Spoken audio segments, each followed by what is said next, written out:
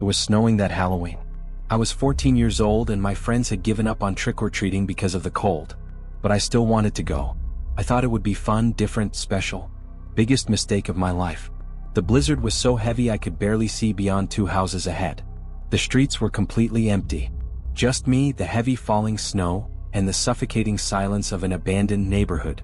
I was at the 3rd house on the block when I noticed the car for the first time. A black sedan parked at the corner with the engine running. Snow covered the hood, but I could see the exhaust smoke rising. Someone was inside. I didn't think much of it. It was Halloween. Maybe it was a parent waiting for their kid. I kept trick-or-treating. 2 houses later I looked back. The car had moved.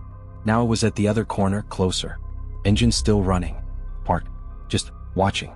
My stomach started to turn, but I tried to ignore it. I grabbed some more candy and moved forward, turning left onto another street. It was getting dark and the blizzard was getting worse. I could barely see the house numbers. When I finished that street and turned again, my blood ran cold. The black car was there. In the same position. Parked. Engine running. As if it had been waiting for me. It wasn't a coincidence. It couldn't be. I started walking faster, my heart pounding in my chest. I skipped 3 houses trying to change my pattern. I ran across the street. I looked back every 10 seconds. And every time I looked, the car was in a new position. Always keeping its distance. Always watching me. Never speeding up. Never getting too close. Just following. I realized then what was happening. Whoever was in that car was hunting me. Studying me. Waiting for the right moment. I panicked. I started running for real. I cut through between 2 houses, jumping fences, crossing backyards. The snow made every step difficult. My legs were burning. My breath came out in white clouds of vapor. When I finally reached my street, I ran to my house like my life depended on it, because it probably did. I locked the door. Ran to the living room window. The black car was parked right in front of my house. I stood there, hidden behind the curtain, watching. Minutes passed.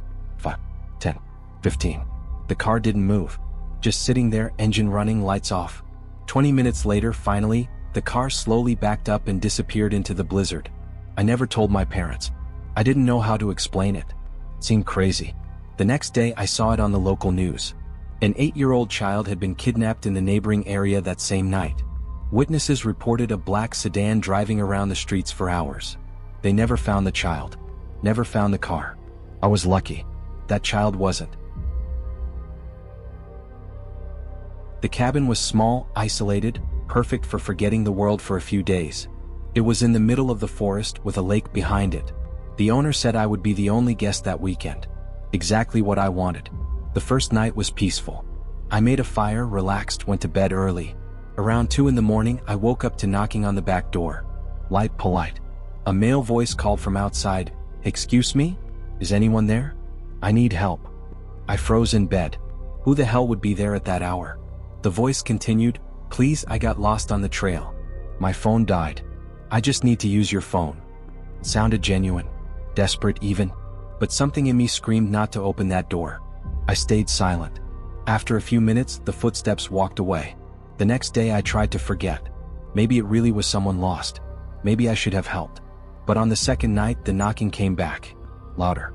More insistent. The same voice. "Please? I'm hurt. I twisted my ankle. It's bleeding. I can't get back alone. Please, just let me use your phone." I yelled through the door, "I'll call the police to help you. I'm not opening." Silence. Then slow footsteps walking away into the darkness. On the 3rd night, Halloween, I was prepared. I locked everything. Kept my phone nearby. Midnight. The knocking came back. But this time it wasn't polite. Boom, boom, boom. Violent punches on the door. The voice was different now, angry, desperate, wild. "Open this door. I'm going to die out here. Are you going to let me die?" I grabbed my phone, hands shaking, dialed 911. While I was talking to the operator, I heard the sound of breaking glass. He was throwing rocks at the kitchen window. "I just need help. Why won't you help me?" The voice was pure desperation. Real. Human. Broken. And in that moment, a terrible doubt hit me. What if he really needed help? The police said they were on their way. 15 minutes. The banging continued. The screaming continued. Then, slowly, they started to fade. Getting weaker. Until they stopped completely. When the police arrived, they didn't find anyone. But they found something worse. Blood trails in the snow. leading from the back door into the forest. A lot of blood. They followed the tracks for almost a kilometer until they lost the trail near the lake. They never found the man. Never found a body. The police told me I did the right thing. That I couldn't know if it was safe. That I protected myself. But to this day I wonder, what if he really was hurt? What if he really needed help? What if I let him die because I was afraid? Or, what if that was exactly what he wanted me to think? What if I had opened that door? I'll never know. And that's the part that haunts me the most. I was 32 years old when I inherited my grandmother's house. It was big, old, but full of good memories. I decided to live there, alone. The first few weeks were normal, but I started noticing small things. Food that I was sure was in the fridge disappeared. Not everything, just a little. An apple, half a loaf of bread, dinner leftovers. I thought I was distracted, that I had eaten it and forgotten. Sometimes I heard creaking coming from above, from the attic. I thought it was rats. The house was old. It made sense. Things moved. A chair was turned differently. A window I was sure was closed, open. Small things I justified with tiredness, distraction, faulty memory. Until that Halloween.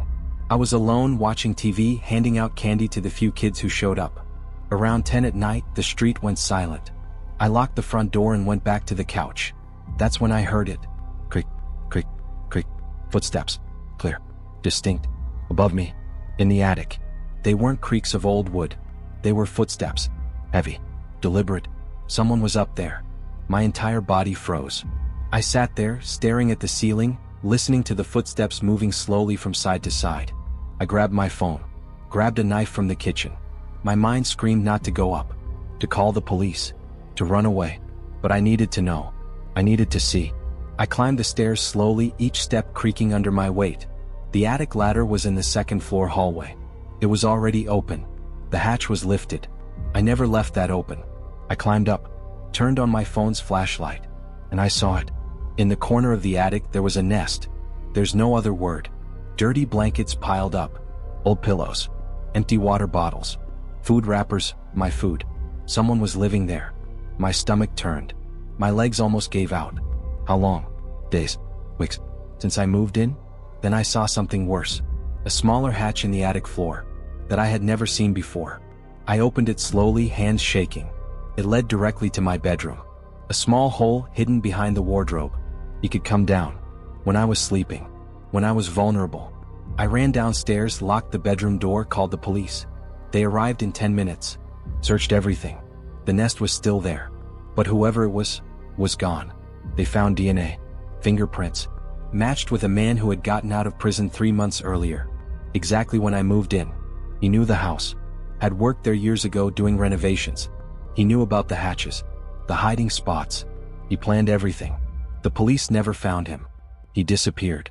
But the worst part wasn't that. The worst part was what the investigators told me after analyzing the evidence. Based on the wear marks, the food remains, the amount of belongings, he had been living in my attic for almost 2 months. 2 months listening to my conversations, watching my routine, coming down at night while I slept. I never slept in that house again. Sold it a week later. But to this day, no matter where I live, I check every room before sleeping. I look under the bed, inside the closets, in the attic. Because now I know. Sometimes danger doesn't invade your home. Sometimes it's already there, waiting, watching, and you don't even notice. 3 Halloweens. 3 real monsters. The predator in the black car. The man I maybe let die. And the invader who lived in my attic. Real terror doesn't wear a mask. It drives cars, knocks on doors, and sleeps in your attic. If you like this, leave a like. Subscribe to the channel and turn on the notification bell for more real horror stories. And check your attic tonight.